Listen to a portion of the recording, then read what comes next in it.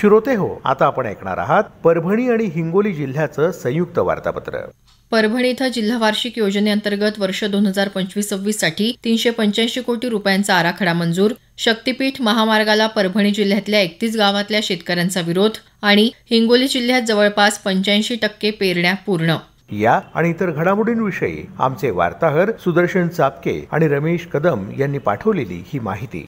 परभणी इथं जिल्हा वार्षिक योजनेअंतर्गत वर्ष 2025-26 साठी 385 कोटी तर अनुसूचित जाती योजनेचा 63 कोटी रुपयांचा आराखडा मंजूर झाला आहे। पालकमंत्री मेघना साकोरे बोर्डीकर यांच्या अध्यक्षतेखाली ही बैठक झाली। या अंतर्गत विविध विकास कामांचे प्रस्ताव वेळेत तयार करून निधी वेळेत खर्च होईल याचं योग्य नियोजन करण्याचे निर्देश बोर्डीकर यांनी दिले। परभणी जिल्ह्यातल्या शेतकऱ्यांना देण्यात येणारी थकीत 18 कोटींची पीक विमा आर्थिक मदत येत्या 15 दिवसात शेतकऱ्यांच्या खात्यात जमा करण्यात येणार असल्याचं कृषी मंत्री माणिकराव कोकाटे यांनी विधानसभेत सांगितलं। तसंच जिल्ह्यातल्या जवळपास 43,960 शेतकऱ्यांना उर्वरित आर्थिक मदत देण्यासाठी आयसीआयसीआय लोंबार्ड कंपनी विरोधात विभागीय आयुक्त छत्रपती संभाजीनगर यांच्याकडे सुनावणी सुरू करण्यात आल्याची माहितीही कोकाटे यांनी दिली। परभणी जिल्ह्यात गंगाखेड तालुक्यातल्या 41 विविध कार्यकारी सेवा सहकारी संस्थांची नोंदणी रद्द करण्यात आली आहे। या संदर्भात गंगाखेडचे आमदार डॉक्टर रत्नाकर गुट्टे यांनी अर्थसंकल्पीय अधिवेशनात लक्षवेधी सूचना मांडली होती। त्यानुसार या संस्थांना नोटीस देऊनही 60 दिवसात समाधानकारक उत्तर न आल्यानं ही कारवाई करण्यात आली। शक्तीपीठ महामार्गासाठी जमीन अधिग्रहण करण्याचा निर्णय राज्य सरकारनं घेतला असून परभणी जिल्ह्यात 31 गावातल्या शेतकऱ्यांनी त्याला विरोध दर्शवला आहे। स्वाभिमानी शेतकरी संघटनेच्या वतीनं परभणी शहरासह जिल्हाभरात या विरोधात रस्ता रोको आंदोलन करण्यात आलं। महाराष्ट्र बटालियन एनसीसी नांदेडच्या वतीनं किनवट इथं आयोजित केलेल्या शिबिरात परभणी इथल्या श्री शिवाजी महाविद्यालयाच्या कॅडेट्सनी वेगवेगळ्या स्पर्धेत 20 पदकांची कमाई केली। या शिबिरात 450हून अधिक कॅडेट सहभागी झाले होते। आषाढी एकादशीनिमित्त परभणी जिल्ह्यात संत गजानन महाराज, संत शिरोमणी श्री नामदेव महाराज यांच्यासह अनेक पालख्या आल्यानंतर त्यांचं मोठ्या उत्साहात स्वागत करण्यात आलं। यात विशेष अशी पहिल्यांदाच अंध वारकऱ्यांची सूरदास पायदिंडी परभणी जिल्ह्यातून पुढे पंढरपूरकडे गेली। परभणी सायकलर्सच्या वतीनं परभणी ते पंढरपूर सायकल वारी काढण्यात आली। जागतिक योग दिनही जिल्ह्यात उत्साहात विविध कार्यक्रमांच्या माध्यमातून साजरा झाला। जिल्ह्याचा मुख्य कार्यक्रम परभणीतल्या प्रियदर्शनी इंदिरा गांधी जिल्हा क्रीडा संकुलात जिल्हाधिकारी रघुनाथ गावडे यांच्या उपस्थितीत पार पडला।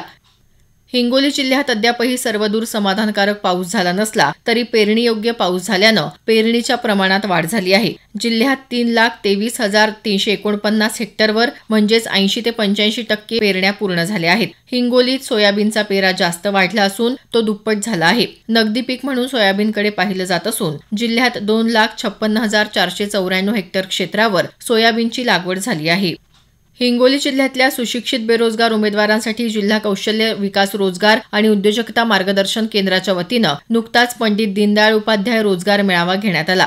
आदर्श महाविद्यालयात पार पडलेल्या या मेळाव्यास 315 उमेदवारांनी नोंदणी केली होती। त्यापैकी 159 उमेदवारांची प्राथमिक निवड करण्यात आली। हिंगोली जिल्ह्यातल्या जिल्हा परिषद आणि पंचायत समितीच्या आगामी सार्वत्रिक निवडणुकीसाठी प्रभाग रचनेचा कार्यक्रम जाहीर करण्यात आला आहे। सर्व संबंधितांनी प्रारूप प्रभाग रचनेचे अवलोकन करून हरकती आणि सूचना सादर करण्याचं आवाहन जिल्हाधिकारी राहुल गुप्ता यांनी केलं। हिंगोली जिल्ह्यातल्या धरणांमुळे पुनर्वसित झालेल्या गावांचं सर्वेक्षण करून तिथं रस्ते, शाळा, समाज मंदिर आदी सुविधा उपलब्ध करून देण्यासाठी प्रयत्न करणार असल्याची ग्वाही जिल्हाधिकारी राहुल गुप्ता यांनी दिली। या संदर्भातल्या बैठकीत ते बोलत होते। धरणग्रस्तांना प्रमाणपत्र वितरित करणं, शासकीय नोकरीत आरक्षण याबाबत संबंधितांना निर्देश देण्यात येतील असंही गुप्ता यांनी सांगितलं। हिंगोली जिल्ह्यात पावसाळ्यात शेतीची कामं सुरू झाली असली तरीही महात्मा गांधी राष्ट्रीय ग्रामीण रोजगार हमी योजनेची अनेक कामंही जिल्हाभरात सुरू आहेत। त्याअंतर्गत 16,845 मजुरांच्या हाताला काम मिळालं आहे।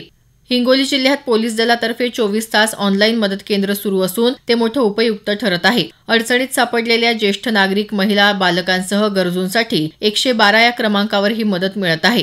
जानेवारी ते जून 2025 या 6 महिन्यात तब्बल 4,191 गरजूंच्या मदतीला हे पोलीस पथक धावलं आहे। या यंत्रणेत तत्परता येण्यासाठी उपाययोजना करण्यात येतील असं जिल्हा पोलीस अधीक्षक श्रीकृष्ण कोकाटे यांनी सांगितलं।